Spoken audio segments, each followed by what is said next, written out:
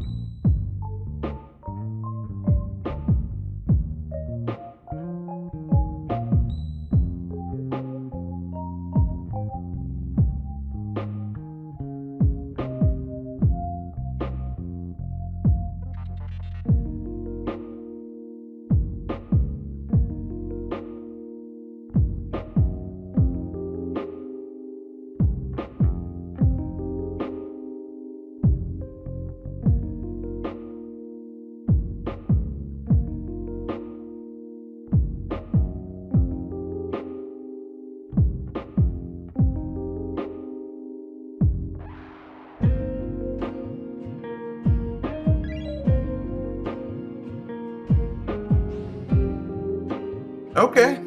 Actually, it's 7:30 on the dot. Okay. All right. Let's do it. All right. Hello, wonderful people out there in YouTube land.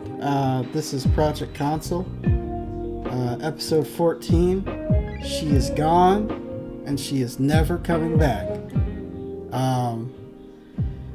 But before we get into the topics, I'd like my panelists to introduce themselves. Starting with Jewel. Welcome to Project Console. I am Joy Eli Moonstar, and something tells me that you referenced that to somebody else. The title. Oh, we will get to it. You know, once the topic, basically referencing E3, but we'll get to that. Move. Mr. Red Fox? Mr. Red Fox, owner proprietor of BS Busters, and I'm just glad to be on another one of these casts. Any cast that I don't have to run and I can just be a passenger on the ride is a great cast. So this is going to be a good one. We got some good topics. Methinks. Yeah. So, last week CES happened, the Consumer Electronics Expo. Was there anything that stuck out to you guys? Anything that you caught, maybe your YouTube stream or Facebook or whatever social media site you use? I was like, oh man, I hope this is real, or I really want this to, or I have to have this. You might be the only one in that category, since if anything, I haven't heard much that was thrilling. How can I put this nicely? I'm not really. Well, I mean, like the CES this year, all they really talked about was a lot of tech. And if you're into the tech, like if you're into the tech aspect of it, like it's interesting. Like like AMD is releasing something that, I mean, it's not going to be a great gaming device, but if you just want something that's just kind of give you, a little something to kind of game on, then it's nice. So, I mean, speaking of AMD, so I wrote down a few things that they announced. AMD Ryzen 6000 CPUs with the integrated RDNA graphics, which is essentially integrated graphics, an iGPU. Before they were using their Vega graphics, but now they're using the newer RDNA graphics, which will be a slight step up. But again, keep in mind it's still an iGPU. So, um, let's see. Radeon 6500 GPU they announced, which I think that's what you were talking about, Mr. Red Fox. Their new lower end No, I was entry talking level. about the AMD 6500. Yeah, that's the It's 65. 199. Yeah, the 6500 GPU, the RDNA, the rate You know, or whatever. yeah. I mean, the irony of it is that it's not like if you have a 5700 from last gen, it's better spec than the 6500 XT that they're releasing now for 199. But I mean, if you like the way things have been going with graphics cards, you just got to kind of take whatever you can get at this point. Well, this isn't really for necessarily for people with uh, 5700s or 5700 XTs. It's for people that are still gaming on, say, an RX 580 or a GTX 1060, which Yeah, there are plenty of people out there. So it you might know. be a little upgrade to, maybe 1440p, uh, high, medium, maybe medium low. If you want to get 1080p solid, like if you want standard HD with a solid 60 or 60 frames or whatever your monitor refresh rate is, and you're not trying to max out anything, you just want to play your games and have decent quality, this is a nice card. And you're upgrading from their last gen stuff that's like a 480, a 580, something like that. Yeah. This is gonna be nice for you. It's a nice upgrade. Good luck getting your hands on one because you know those darn scalpers. And they also teased Zen 4, which is the 6000 series, which will be the 6000 series processors. Um, which, they're not, which isn't probably going to come out until like the second half of this year. Uh, they teased it And by, they're going to also kind of, give people a taste of what their new CPUs are going to do. They going to release the 5800 XS, I think is what it's called, which is uh, yeah, oh no, X. It's called the uh, Ryzen 5800X 3D, which is using a 3D V cache, which essentially just makes it so that the CPU can access information from the RAM a lot faster. So essentially, it's supposed to be quote unquote the fastest CPU, the fastest gaming CPU out there when it releases. But who knows? yeah, they always say that, and I don't believe it. I mean, how can I put this nicely? I don't think I think the most interesting things that came out of CES was the stuff that happened around CES versus CES itself. like the news that came out of Intel on what they're going to be doing was more interesting than you know like the CS stuff they were talking about. Like um their Arc GPUs. Yeah, yeah, like their ARC GPUs. The fact that they said that they're going to have their battle station fully operational in 2020. I'm Yeah, joking, but and they're actually Intel's actually starting to put out some CPUs that are have decent performance and aren't going to make you take your wallet and throw it into a garbage disposal. well, I mean, um, they announced their Arc CPUs, said that they're being shipped to OEMs. Which, for example, those of you who don't know, an OEM is like Dell, HP, um, Lenovo, people who pre-built computers slash laptops manufacturers.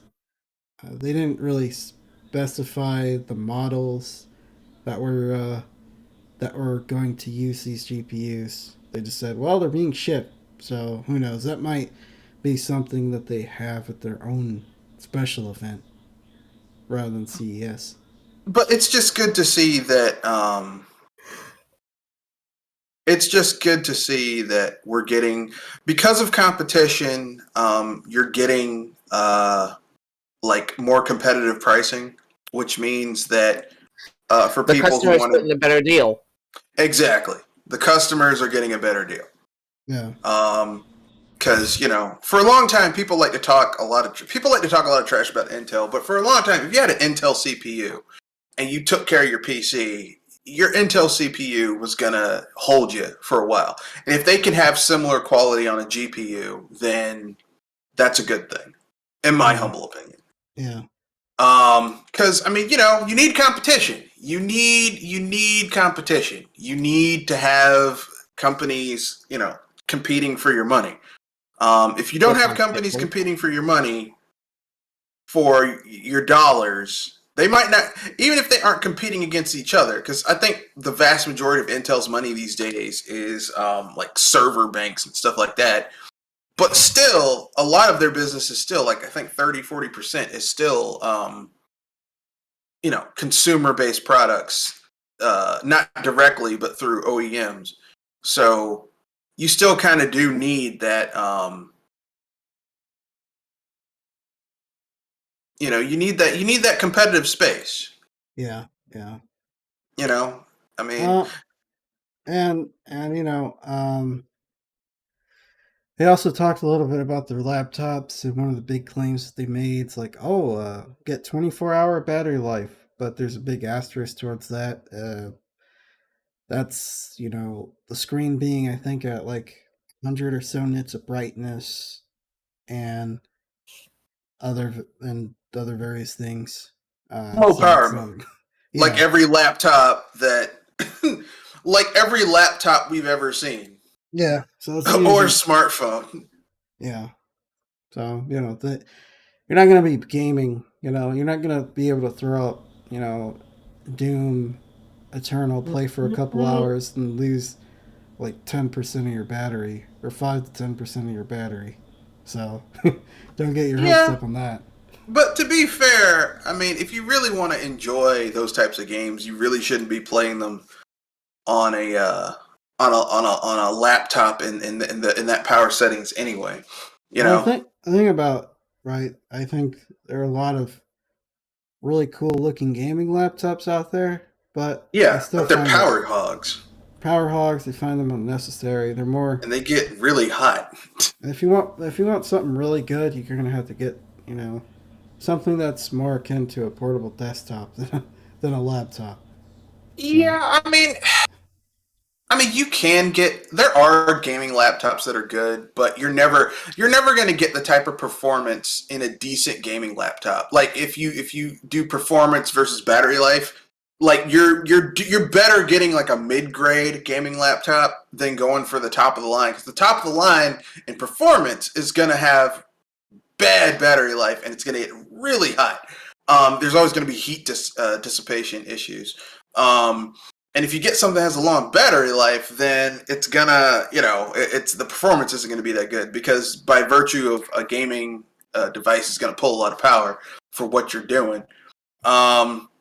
So that balance, I'm not saying it can't be done, but I mean either way you're going to spend money. Like if you want a game on a laptop, you're still going to have to spend, you're probably going to spend at least $1,000 for a decent gaming laptop.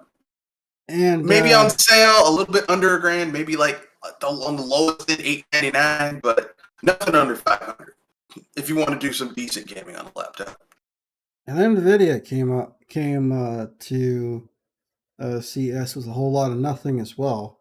They just one of the things, a big chunk of their show just focused on cloud gaming, their grid, since nobody can get a hold of graphics cards.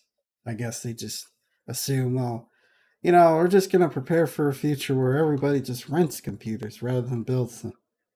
Anyway, You're renting a server. you're just gonna rent a server. But yeah, all joking aside, released they announced their 3050 RTX 3050, which if you're interested in ray tracing at all, don't waste your money on that. Don't waste your money. You're not going to be able to. You can't really do ray tracing on lower end cards. Not yet anyway. So, and they also teased the 3090 Ti. So they essentially announced that they're essentially pulled a Square Enix where they uh, made an announcement for an announcement. Which, I mean, if you're making an announcement for an announcement, you need to get beaten with a switch. Which was baffling to me why they announced the 3090 Ti just for the sheer fact that um, uh, They want to it's like, spoil AMD's thunder and Intel's thunder. That's all that well, is. And plus, I mean, NVIDIA is under scrutiny because they're trying to. People are putting the kibosh on them buying the ARM uh, company, I mean, as they should. and not to mention they could have used that energy and resource to make cards that people have been trying to get a hold of. They actually lost a significant viewership when it came to their press conference this year. Last Ouch. year, last year they had 100,000 people watching. This year they only had about 15,000 people watching. We So had nothing to talk about. It's just a whole bunch of, oh Air. well.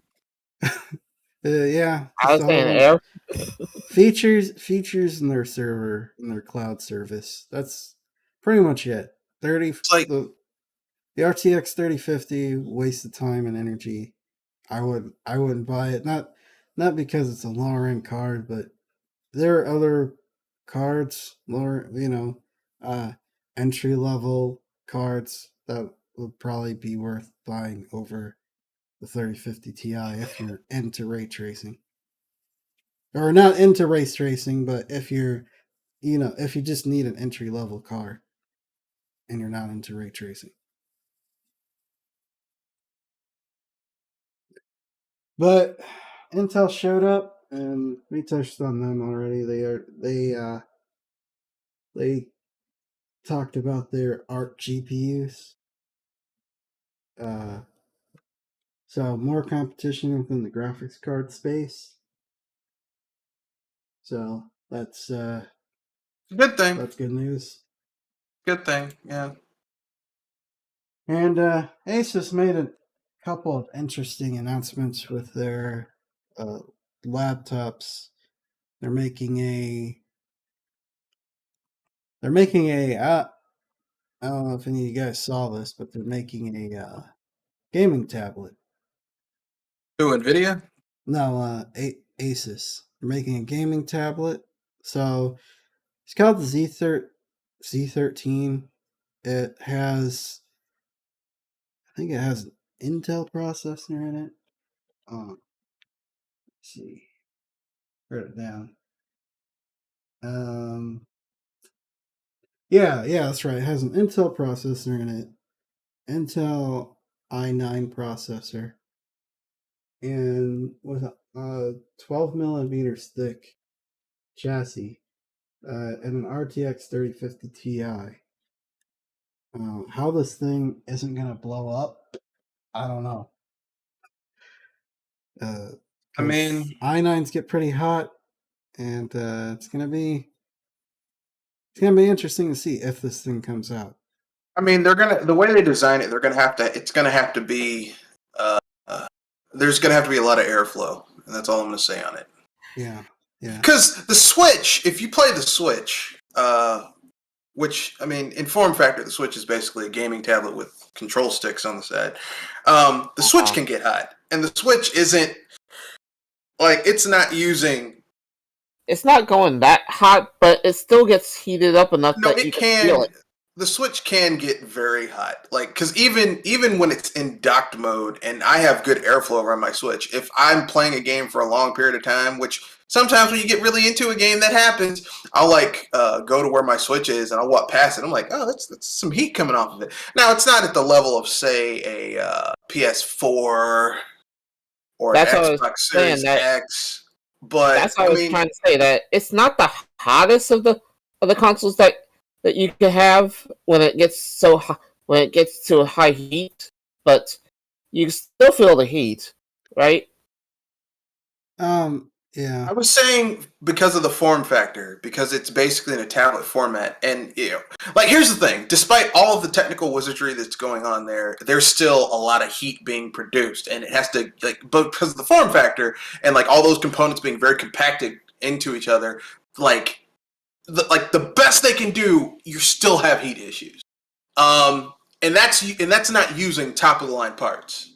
Okay, now, imagine with more powerful parts that are drawing more energy, it's going to be even worse.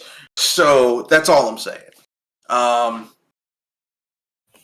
And it's a relatively thicker tablet than I'd say like an iPad or maybe even some of the Surface tablets. yeah, Uh, I'm just like, why? I I don't know. I mean, it looks cool, but it just seems kind of impractical. I guess if I you mean, I need guess a everyone saw the Steam Deck and the Switch, and they were like, we can do that too. It's like, no, you don't. Really, you don't. You um, don't. Like, not everyone has to do what everyone else is doing. That's the problem with everything now. Everyone has one company has a successful product, and then everyone copies it. And it's uh, like, stop it, please. well, it also has one other trick up its sleeve, and that's the ability to there's like a it has Thunderbolt, so you can hook an iGPU up to it, or you can hook their own proprietary, not iGPU, eGPU, external GPU, up to it, or their own proprietary external GPUs to Well, I get guess more that's power. cool. I mean, it's cool, but at the same time, you just kind of wonder at that point if you feel the need to put an eGPU up to this thing. It's like might as well just build a desktop. Might Yeah, as well. yeah, or get a decent laptop. I mean, I, like a gaming tablet. I'm like, but most of the games that people play on tablets aren't really GPU or CPU intensive. So what's the point of having a gaming tablet? yeah, Like, I don't get like it's kind of like you're inventing a solution for something that's not a problem. it uses a it uses instead of typical. It uses a different cooling system, a vapor chamber cooling system, which honestly I'm not completely sure what that is exactly. I think it's sort of a pseudo liquid cooling system. I mean, if it's I hear better it than get just air, then I hear it get thrown around a lot, but if it's better than just air, then I'm okay with it. they also one interesting other tablet that they announced was the Duo 16, which is a dual screen laptop. Um, essentially, I get, if you're strapped for space, you can't afford a desktop, or you can't not afford a desktop, but you can't put a desktop in your space, and you can't have two screens. This is the device for you. So essentially, it has one screen on top, and it has a smaller screen and sort of the in between the screen and the keyboard. The upper screen has like a mini LED uh, lighting structure, so that if you're into HDR content or you do things in HDR, like make pictures or videos in HDR. So this is like a media, like if you make videos, if you're a content creator and you make videos, or you're a photographer, or you're like a videographer, and you like have to go out on assignment, you can't bring your rig with you. This is something that can let you do a lot of your work, um, or at least a good portion of it, wherever you are. Yeah, Like you go to your hotel room and just, this is more for professionals then, which is yeah, okay. I mean, because I have friends who are in that field, and they're always like, I hate having to bring all this stuff with me, and I'd rather just use, like, I have a friend of mine who's a professional photographer, and he just basically just uses his rig, and then he carries around his laptop to do a lot of the stuff, and then when he wants to finish it up, he'll go to his studio and hook it up to his big rig, and then do all that type of stuff. yeah, yeah. No, sorry. It's Yeah, okay. it's I mean, I remember when they introduced this thing a couple of years ago. I was pretty impressed by it. It's just, I'm sure the battery life isn't anything to write home about. But Yeah, but this seems like something that you would like if you're a videographer or a photographer, you would this would be something that's in your hotel. yeah, Like you wouldn't have it not plugged into something. yeah. I mean, yeah, this isn't necessarily, you're obviously, battery power is probably not at the top of your list if you're getting something like this. Yeah, because those screens have to be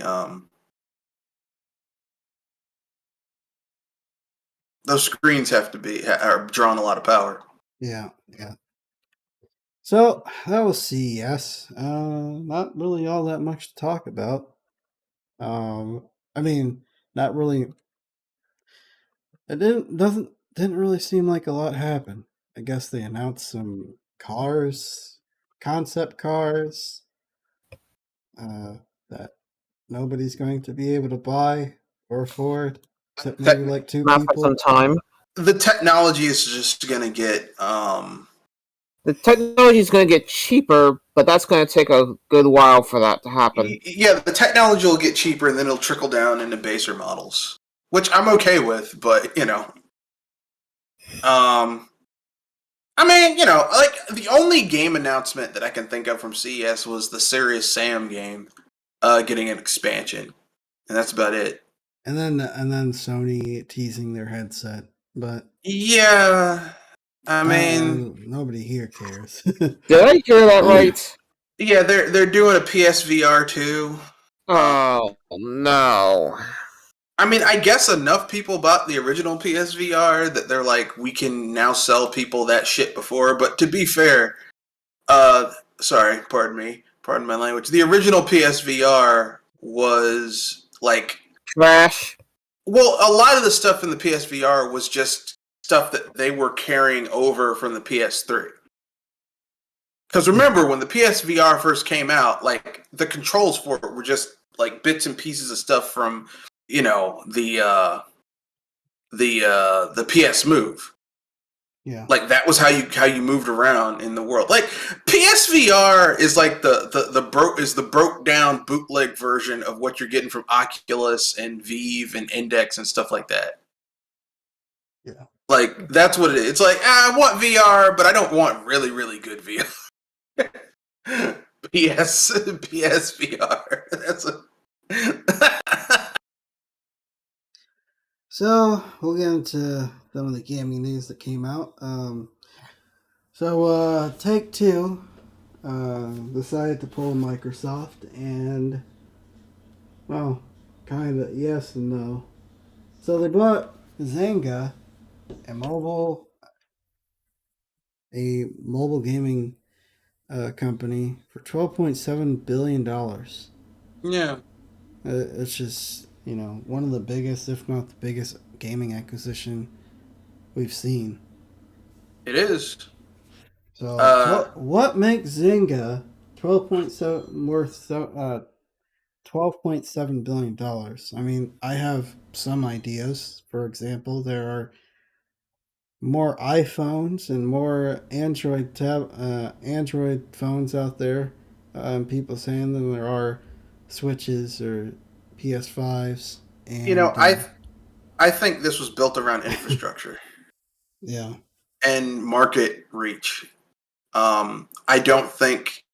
I mean, the sad thing about this is that Take Two has money to spend almost $13 billion on Zynga, but they couldn't spend the money to get a good studio to port the Grand Theft Auto trilogy. yeah, it doesn't make any sense. Yeah, that's a good point. I mean, that's like for real. Yeah, yeah. You couldn't you couldn't actually spend some decent money on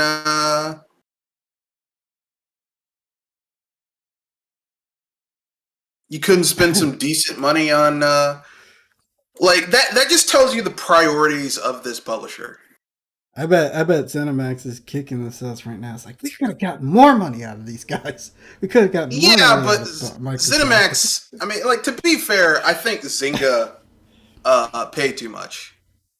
Zynga, I, I like think 12. Take Two paid too much. Yeah, I think they paid way too much.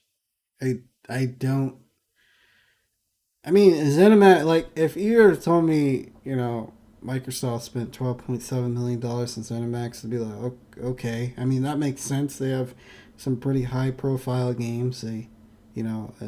People know. People know a lot of the titles that they've published or developed, and Zynga, like what? They're just known for. Didn't they develop like Farmville for Facebook? And were they behind that? Or is that a different company? Don't forget, their big game was Mafia Wars. Mafia Wars, Remember back yeah. in the day, Mafia Wars was the big thing. Mafia Wars, yeah, bro, Mafia Wars. Yeah. Mafia Wars was their big thing. Remember?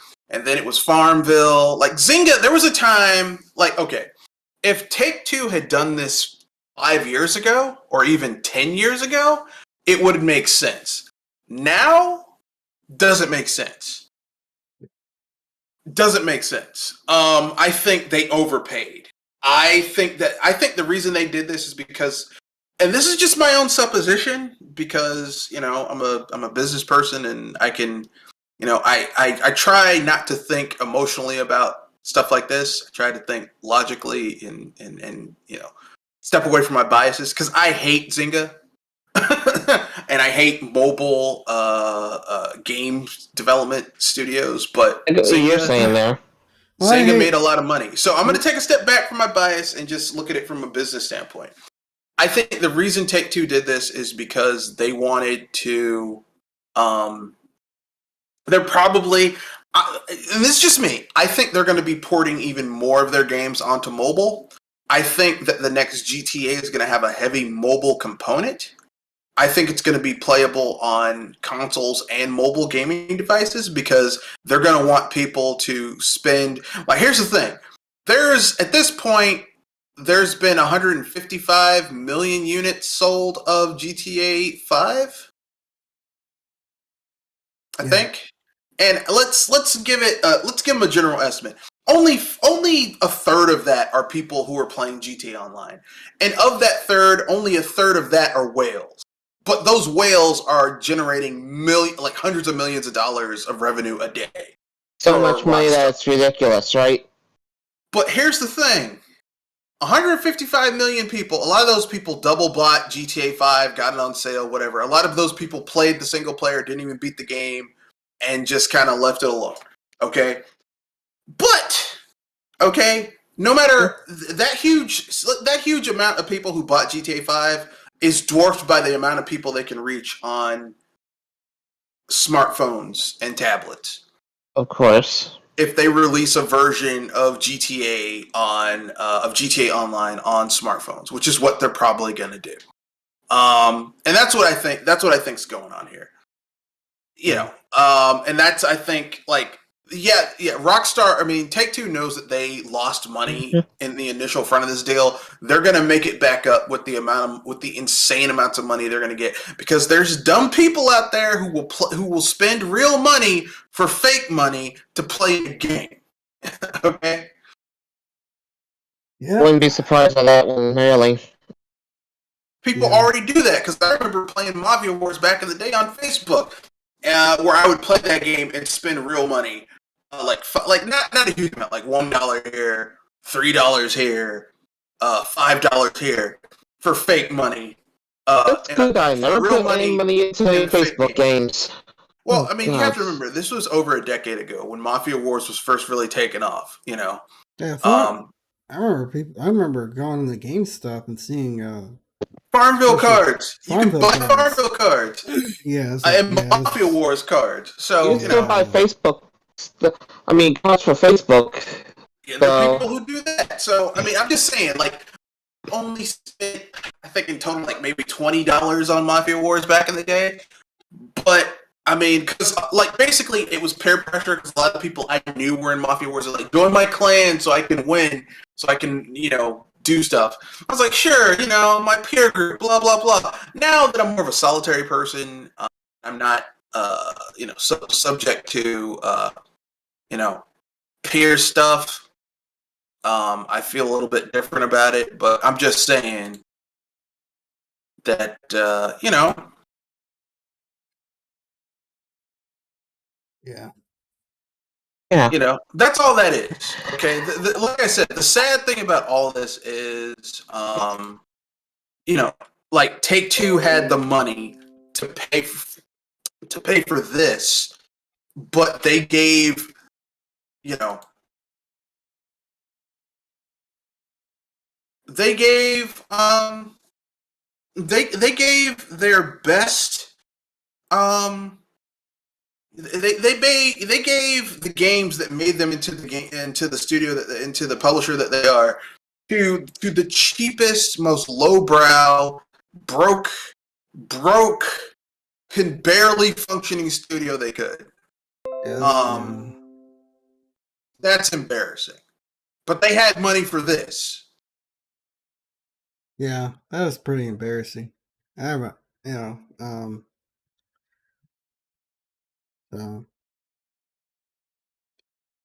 well, speaking of, quality. Well, I don't know. I didn't hate Mario Kart 8 that much. I actually played a lot of it, but Mario Kart 9 rumors. Apparently, it was teased like Mario Kart 9 is gonna have a new twist, and it's kind of like, well, so what? Like, you know, it's just like whatever until I see something. Until I see something happen, then you know, it's just. I agree. I mean, if anything, I want to know what the new twist is, but I'm not expecting too much from it. Yeah. I am not looking forward to it. I too played a lot of Mario Kart 8, but I'm just gonna keep it. I'm gonna be 100% solid with you guys. I've never liked Mario Kart. Never. I expected that out of you, especially since you called Diddy Kong Racing a better game. In my opinion, it is a better game. I didn't like Mario Kart, but here's the thing: everyone's like, "Well, Mario Kart 64." I like Mario Kart on the SNES. I thought it was a slower. You thought it was slower F-Zero. Yeah, it was a slower F-Zero, and like the music wasn't as good as F-Zero to me. It just wasn't. I didn't enjoy it all that much. Sonic Racing Transformed, I think, is a better game than Mario Kart. Yeah, it's more interesting. Yeah, I'll give it that much. There's more cool stuff going on And there's more interesting characters in Racing Transformed than Mario Kart to me. And I know people are going to be like, look, I had both games on the Switch. Okay, I'm not on the Switch, on the Wii U. Okay, so I don't want to hear people saying, well, look, I had both of them. Spent a huge amount of money on both of them. And I can tell you, just for me, I enjoyed Sonic Racing Transformed more than Mario Kart. I played a lot of Mario Kart online with friends. At the time, I was playing a lot with a lot of the people at Gamers at Large, the defunct group, and that was fun. But like Mario Kart 8 came out at a special time when there was practically nothing, no big first party games coming out on the Switch, like nothing else. So it was like you buy a console to play stuff that you can, for stuff that you can play on that console. And if there's not a lot coming out, you're going to play what you can play. But if you take a step back and look at it objectively, it's like, do I really enjoy Mario Kart? I don't like a lot of the gameplay design choices. I don't like rubber banding. I don't like how if you're playing well in Mario Kart, the AI and the drops are skewed against you. I don't like that. Like it punishes you for playing well, which I think is an asinine gameplay design. Yeah. I know some people be like, but I like Mario Kart. Well, fine then, like Mario Kart. I'm not against people liking Mario Kart, but I don't like Mario Kart. Yeah. Yeah.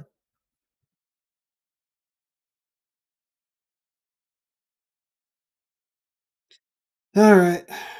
Um, Anything else you'd like to say about Mario Kart 9? It's really not much to talk about since.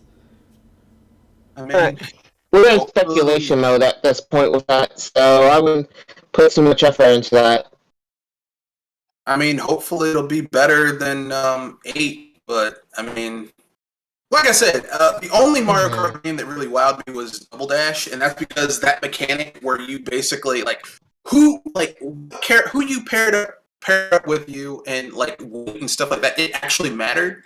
Like I haven't played a Mario Kart game since then where I was like, wow, this actually feels like um The closest system to that, in a sense, which that Mario Kart Double Dash did, would be actually, and I'm saying this with weird aspects, Mario Strikers. I mean, yeah. Mario Baseball. Well, I was talking about in terms of the Mario Kart franchise, not other games like that. I'm just saying in terms of Mario Kart, I haven't played one that's really interested me since Double Dash.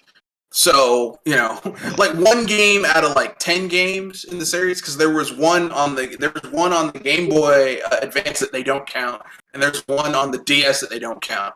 And 10, like if only one game out of 10, if only 10% of the games in a series actually made you interested, that's not a series that you really are all a quiver about.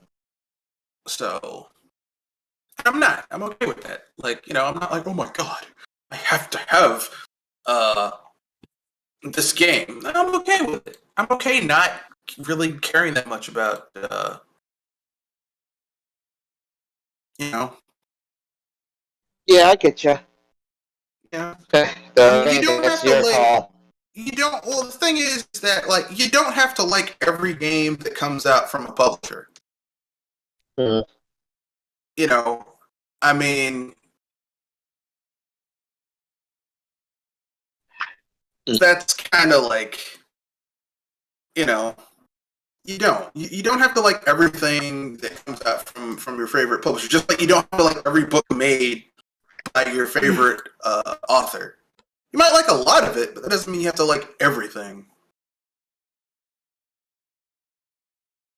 So apparently people were concerned about Dying Light 2 because they posted that in order to beat the game, it'll take over 500 hours. And it sounds like a lot of padding. Sounds like they're really trying to pad this game out. And, I don't know if you've ever were in a situation where you knew somebody that wrote a really big research paper and they still got a pretty poor grade because it had a bunch of, it had a lot of words It surpassed the amount of words or pages it needed, but it had no substance.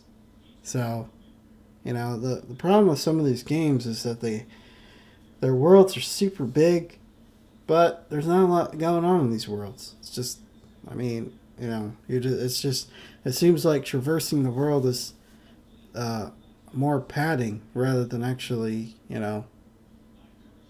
rather than actually world building. No, I get it. I recently watched a part of a podcast from the Bellular Bellular newscast, and this guy basically talked about how like modern gaming has kind of gone down the tubes because instead of games being made just to be a great gaming experience, like you play the game and you beat it, they're made to increase engagement, and so playing the game becomes a chore. Like like Ubisoft games are notorious for this. Like every day, every week, there's like little weekly quests and daily quests. It's like working a job to play the game. Um, and just giving people busy work to make it feel like you're getting more bang for your buck. But it's not meaningful quests. It's like just stuff to make it. It's like when your teacher comes into class and they have other stuff to do, so they give you some busy work so that your class will shut up while they go and do something else. It's like that. Um, and it's making gaming not fun for a lot of people. Um, and that's what this sounds like. It sounds like because the original Dying Light is a long game. Like if you want to 100% it and do everything with the expansion and stuff like that, it's like 100+ hour game. Now they're like it's 500 hours. That's too much time Yeah, put that's into a too much. game. Yeah, that's too much.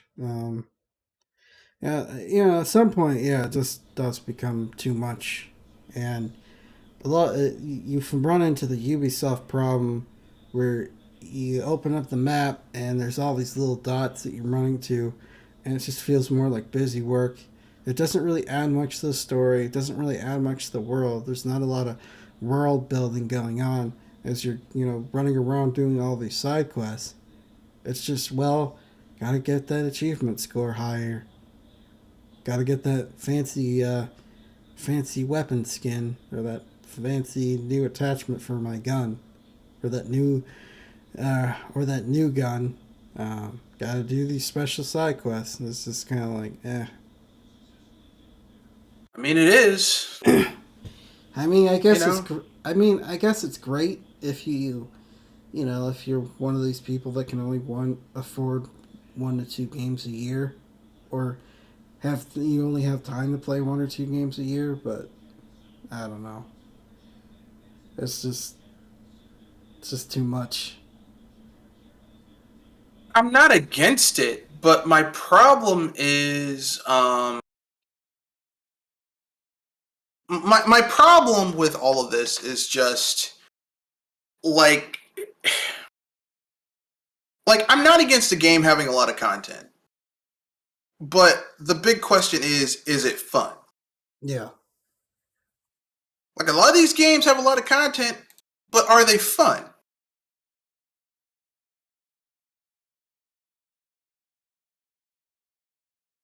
Now, And Dying Light came out back in 2015, 2014. Well, I don't remember when Dying Light came out. Um, Came out a while ago, so I mean they've been working on this game. You assume that they've been working on this game for at least 5 uh, years. yeah. I mean, I'm not here's the thing. I'm not against Dying Light. I'm not against. I don't think it's a bad game. I played a little bit of it and I was like, it's okay.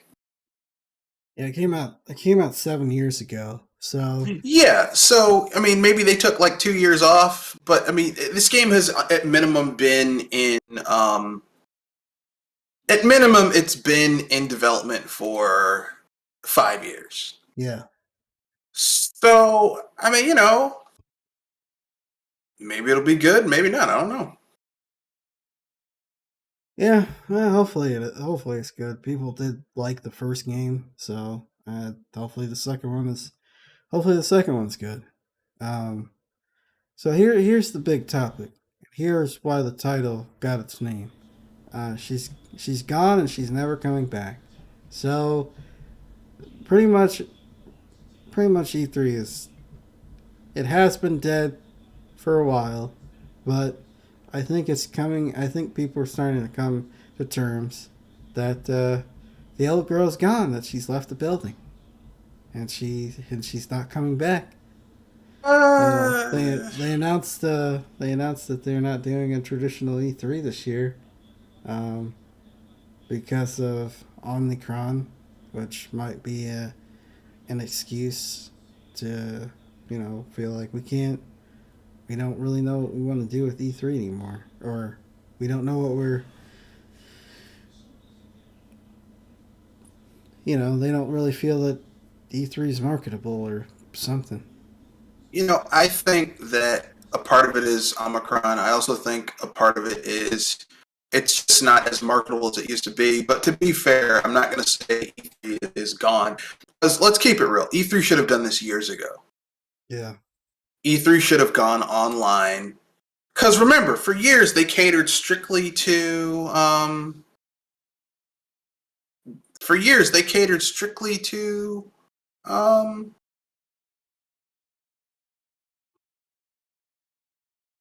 they catered strictly to the industry. E3 catered strictly to, just, hey guys, we're catering strictly to, uh, you know, EA, Microsoft, Nintendo, Sony, Activision, Blizzard. They catered strict to these huge companies that would give them money to give them access to this event so they could, you know, and forgetting that E3 was an offshoot of the Consumer Electronics Show. Forgetting the key word is the first word in that sentence. Consumer. Yeah. It's for people who are going to purchase these products. And yet, somehow, it became about the people making the products and not the people who would buy the products. When you have an online show, the people who are watching it are the people who are probably going to buy that product. And they should have been doing this years ago, and E3 just shot themselves in the foot for years, not catering to, those people. The idea of E3 isn't gone. It obviously exists in a different form, but the E3 that you know, the traditional E3 that we've come to know and love and then hate, is going away. You mean the bad E3 that just wasted our time and Yeah. was a big, huge commercial? No, that exists. That's called the Game Awards. No, that is true. One big commercial where everyone it's like a little bit like I think last year's Game Awards was maybe being charitable here, maybe an hour of actual substantial news and the rest of it was commercials and teaser trailers and announcements of announcements. Yeah. And the event was like almost 4 hours though. So that's if you wrote a paper where only 25% of it actually pertained to the subject of the paper and the rest of it was just fluff, you'd get an F and you deserve it. So I think the Game Awards isn't even going to last as long as E3. Yeah. In terms of how long it's going to be able to go on. Because how long can you sit here and just have this big commercial gobbledygook BS? That show really needs to be restructured. Like, for one, it's too freaking long. For two, it's again, it's just you can have a sort of commercial like show, just just hide it a little bit. Leave it into something that's entertaining rather than just this circle jerk. And I tried watching the Game Awards. I just couldn't do it. It's just like, nah, they got better things to do. Yeah, I can get it. That's kind of the big, to me, that's kind of the big problem with with the Game Awards is just it's so much of a commercial. Like E3, yes, E3 was very commercialized, but there were still parts of it where it's like we're talking to the gamers, we're talking to the people who are gonna buy this stuff. Everything about the Game Awards has just become and it's become commercialized far sooner, without balancing that out to talking to the audience, the gamers, far sooner than E3 did. So at this point, I can't in good faith. Like, I'm not going to say E3 is dead. I will say that the old E3 that we knew with the convention and all that stuff is gone. But that needed to end anyway. No, without Omicron, that needed to end because like, I remember that year where Microsoft was losing tons of money on the Xbox One, and they stopped even telling people their sales numbers, which tells you when a company stops reporting their sales numbers, they're doing very badly. And they dropped a new the Mustang model of that year from the ceiling instead of actually talking about games that people wanted. I was like, yeah, this is we're done. This is a big waste of time. Yeah.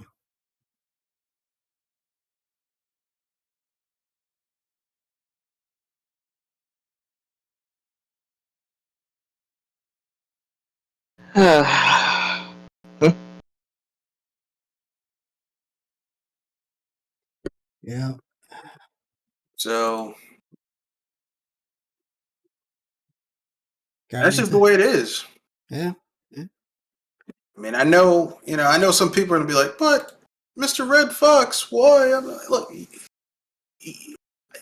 I am not going to use wishful thinking. Had E3 had been going down before all of this. Okay, it had been it was like seeing a slow decline. It was like seeing your grandparents slowly like go and slide into dementia and they're losing it. Like it's like they can't live by themselves anymore. That's how E3 was going, and it was like, at least now where it's online, it's better for everyone involved. And it should have been online. They should have went online at least 3 or 4 years ago. To be honest with you, Yeah. even 5 years ago, they should have went online. Because I mean, like I said, there's nothing at E3 where this needs to be at a big In-person convention. event? This doesn't need to be a big convention. Not really. No. I mean, I'm surprised they don't have a program that you can sign up for to be able to download demos of the games that they show, or at least some of the games that they show uh, during their presentation. I mean, why Yeah. go? I mean, it's all of it's software anyway. I mean, sometimes they'll announce hardware, but that's every But you don't even need to have a 3 physical years. place for that. Because remember when Microsoft had that second reveal about the Xbox, they were going to give more information about the Xbox, and they were like, this is before they were doubling down on always on, and Xbox changed the channel, and Xbox TV and all that stuff. And you could literally see when the guy's like, Xbox change TV, where he could reach in his pants to press the button to make them in the back switch over to another channel because the stuff wasn't running properly. And I'm like, dude, I can look at you and see you. I can see how full of bovine scatology you are right now, dude. Stop. Stop. Just stop. Stop. I said on another cast where I'm tired of people stealing from Nintendo, but in this case, I agree. Steal from Nintendo. Just everyone do a direct type format. And don't steal from Sony where they had like a PlayStation Live thing that was like 2 hours long. No one needs to have 2 hours unless you have some dynamite stuff to show. Just do like at the most at 45 minutes to an hour. Have some stuff to talk about. Maybe do a treehouse type thing after that where you go in depth about what you're covering and keep it moving. You don't need to do all this BS. That was the problem with a lot of Sony's conferences, is that they were just too freaking long. It's like, and there was Too only long? like a handful of games there that were worth talking about. So it's Yeah. It's like Nintendo kind of has it right. Good 45 minutes. It's long enough. Well, Uh, the thing is that Sony has been the market lead for like the last two gens. The last gen, and not the seventh gen, but the sixth gen. They were the market lead. The thing about Sony is they're trying to cater to too many audiences. If they were smart, they would basically divide their conference up into genre. It's like, okay, if you're interested in indies, we're going to have this block as just indies. The next block is just going to be RPGs. The next block is just going to be sports games. The next block is going to be FPSs and action games. Like that would be a smart move because then people could tune into what they want to see, and then afterwards they're like, oh well, here's everything we announced. If something looks interesting to you with a little description, you can click on that and see a trailer for it, even if it's something that you might have been looking at the RPG section, but you saw something in the platformer section you liked. That would be the smart thing to do. But that's a smart thing to do. And Sony doesn't do smart stuff. Okay? Sony looks into glory because their opponents shoot themselves in the foot. Yeah, I mean, it's just Sony really doesn't have. I mean, I guess they do have an identity. Oh, they do, and they don't have an identity. And I don't know. I mean, I guess Kratos, Nathan Drake, and Aloy is their identity. And the problem with Sony's identity, it changes every generation. The next IP that's popular, and they don't nurture their IPs. They don't. The only IP they kind of have nurtured over each generation is Gran Turismo, and that's because Gran Turismo is a graphical tour de force racing sim on a console. I was going to say, don't you mean God of War and Gran Turismo? No, because God of War came into existence during the PS2. Gran Turismo was on the PS1, PS2, PS3, PS4, it's going to be on the PS5. It's the only IP that they have basically had a major release on each of their consoles. They've even put it on handhelds. Yep. God of War is hit or miss because there was a time where God of War. Don't forget, there was a period of time where, aside from re-releases, God of War was dormant during the PS3. They put out 2 God of War games in the beginning of the PS3, and then they ported over a shoddy game on the PSP and the Vita, and then God of War for 6-7 years, nothing. Yeah. You didn't get the new God of War until almost the end of the PS4's life cycle. Was when that new God of War came out. So you're looking at almost 8 years of no God of War, no new God of War games, aside from re-releases, which don't count, because it's easy to take code and port it to something else. But a new game, yeah. So yeah, Gran Turismo is the only IP that they have nurtured from the beginning to now. Yeah. Consistently, you're guaranteed one or two great Gran Turismos every console gen from Sony. So now they chase trends. They're like, okay, the open world sandbox games are a trend, so we're gonna make our games open world sandbox games. So that's why you've got and cinematic games. So that's why you got The Last of Us 1 and 2. There's probably going to be a 3. I'm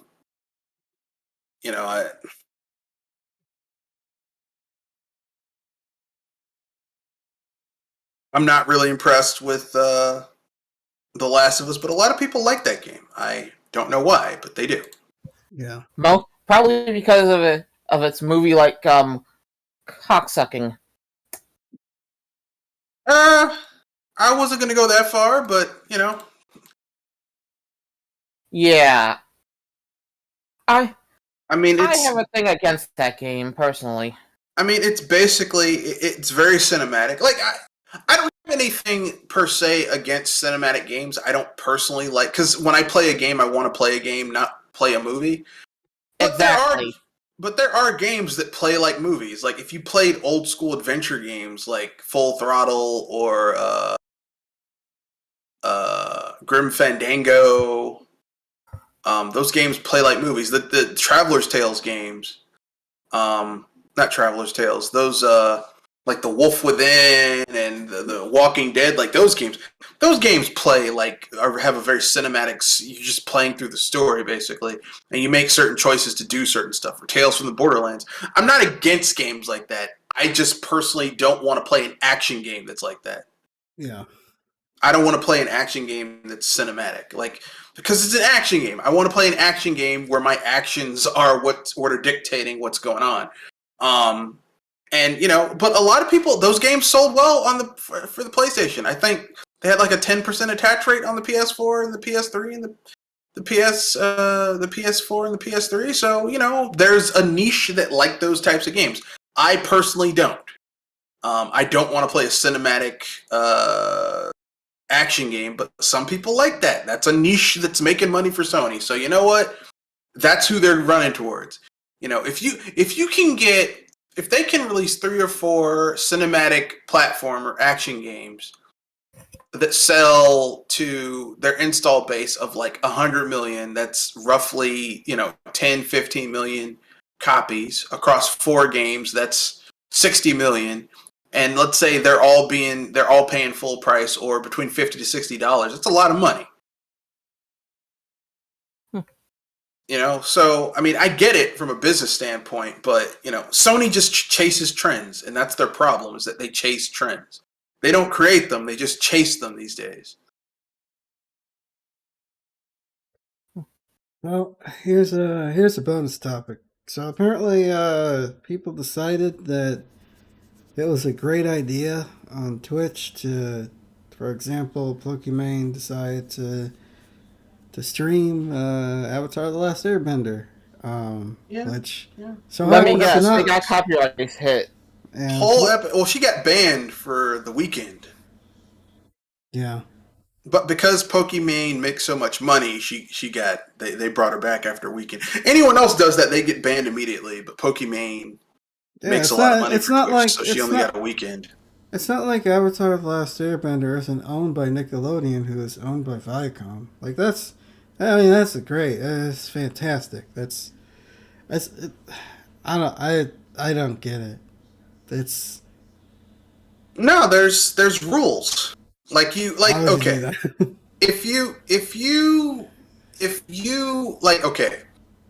if you do a watch party on Twitch, which you can do watch parties on Twitch because I subscribe to a Twitch channel that does watch parties, but watch parties are obscure old movies that no one cares about anymore, or really like general popular stuff and there's a lot of they talk over it and stuff like that.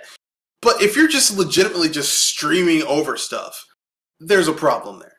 Yeah, it's not transformative. You're not commentating over it. You're not, discussing like the story elements or maybe the art or you're not doing anything. You're just watching it.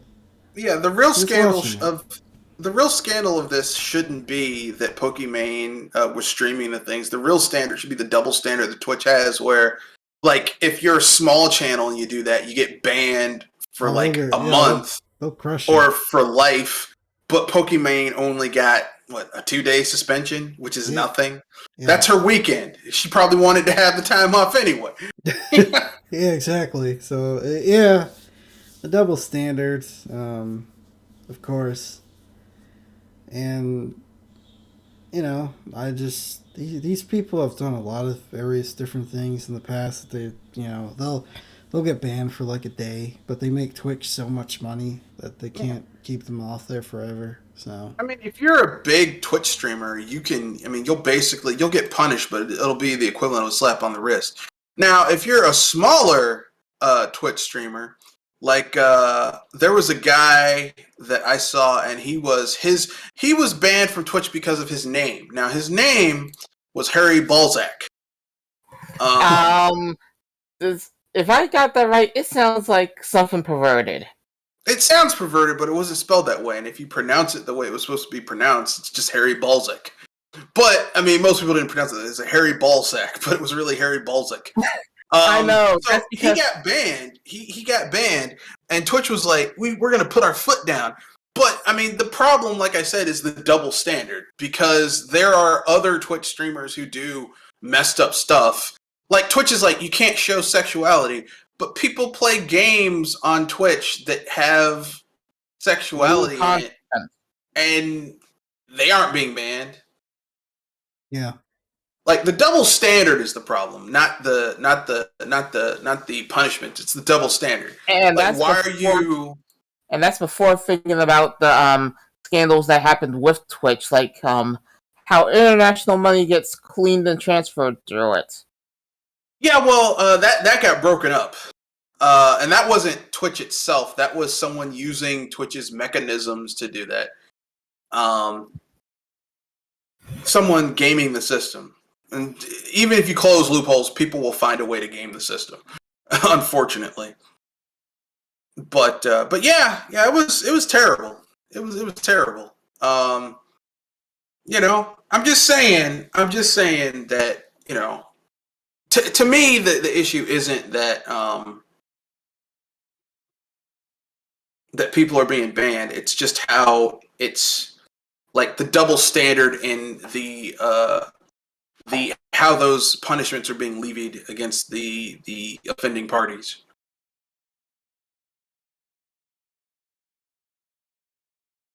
Yeah. Because imagine if your parents said, "Hey, we're buying a case of we're buying an 18 we're buying one of those cubes of beer, and everyone can have a can, but like don't drink more than a can." It's like you're all adults, you can have that, right? And you go, it's a family cookout, and you and your sibling each have like 3 cans, and people see you have 3 cans, and your sibling just gets a stern talking to, whereas your parents come to you and beat the ever loving crap out of you. That it's like you both did the same thing, but one of you got punished way more than the other. That's a problem.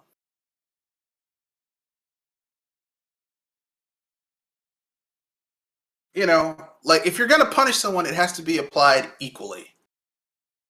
And that's where Twitch has an issue. But Twitch is a business, and they're going to cover they're going to cover their money first. Unfortunately, Which doesn't surprise me. they're a business. Businesses always going to cover their money first. Yeah. I'm not saying it's wrong or right, but I mean, if you're a business, you got to cover your money first. Okay, that's just the way it is.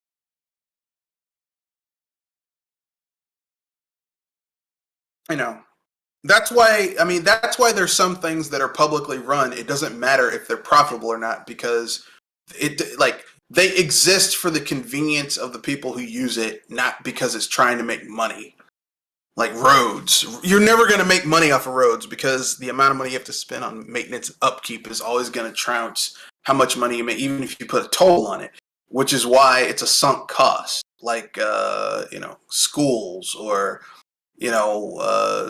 rails or public fountains, libraries. It's not; those aren't supposed to be money making endeavors. So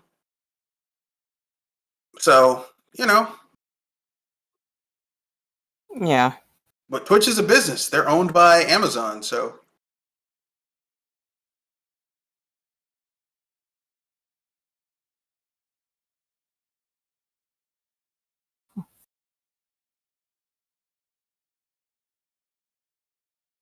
Hmm. Well, is there any other topics you'd like to bring up before we call it a day? I make the. I at least like to talk a little bit earlier about what might be going on with Sega. They actually had to do something that they usually wouldn't do, at least Sonic wise, and stop. At least when it comes to NFTs. Yeah, well, they said we'll stop it if gamers think they're not going to be fun. Uh, all I'm going to say is this: the only reason these companies are jumping on NFTs is because NFTs were popular last year, and some pencil-necked CEO was like, "Hey guys, VC uh, money in this. well, hey guys, NFTs are a thing. Let's spend some money. Let's spend a little bit of money, and let's spend a little bit of money and um, try and make people and try and get people. Let's get in on the ground floor of these NFTs. That's all this is. That's all this is. It's people. It's companies chasing a trend. Yeah. And I recently saw a video that said that in the next 5 years, any gamer that plays at least 12 to 18 hours or more, in the next 5 years, they're going to be having a game with NFTs in it. Probably because these companies want to make money without actually having to Earn it. Well, they want to make money without actually having to make a product. So if they can basically get someone to get an NFT and then do something with it, then that's what they want. So, you know, I mean, I can appreciate the hustle, but I mean, I'm not down with it. Yeah. With hustle like that, you're likely going to get stopped by the natural police at this point. I appreciate anyone's hustle, especially if it's tight. But that doesn't mean I can appreciate the game. That doesn't mean I have to take part of it. Like I appreciate them. I appreciate companies saying, "Hey, let's do this and make some money off of it." But I don't appreciate what they're doing. Like Konami, where they were like, it's the 35th anniversary of arguably one of the most important IPs of all time. But and they tried to do an NFT auction. Instead of coming out with a new game,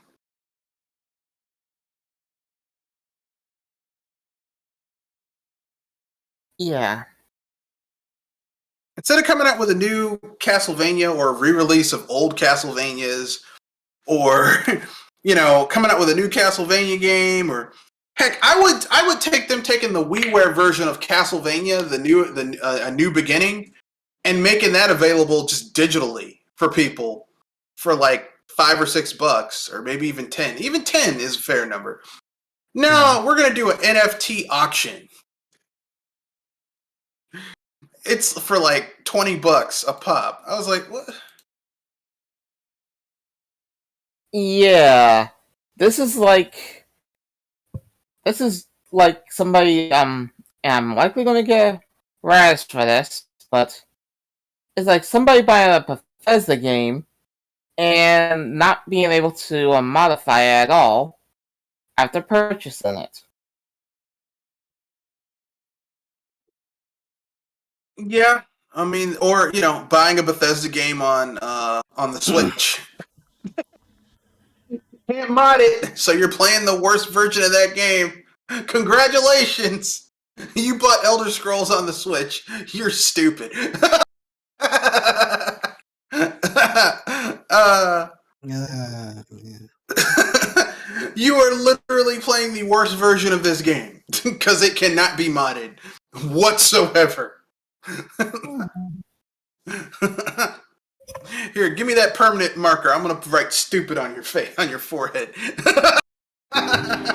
because you are stupid. Oh, you paid full price for it? Here, let me write "stupid" and insert here an arrow pointing to your mouth while I write "stupid" on your forehead. Well, I think you're gonna call it a night here. Give your sign-offs, and we'll be on our way. All right. Thank you, everyone, for coming to Project Console. If anything, there's going to be more of us, but that's for next week. Or if you're part of the BS Busters, that's tomorrow. That is correct. It's me, Mr. Red Fox, owner proprietor of BS Busters. We have BS Busters every Saturday and Wednesday, 7:30 p.m.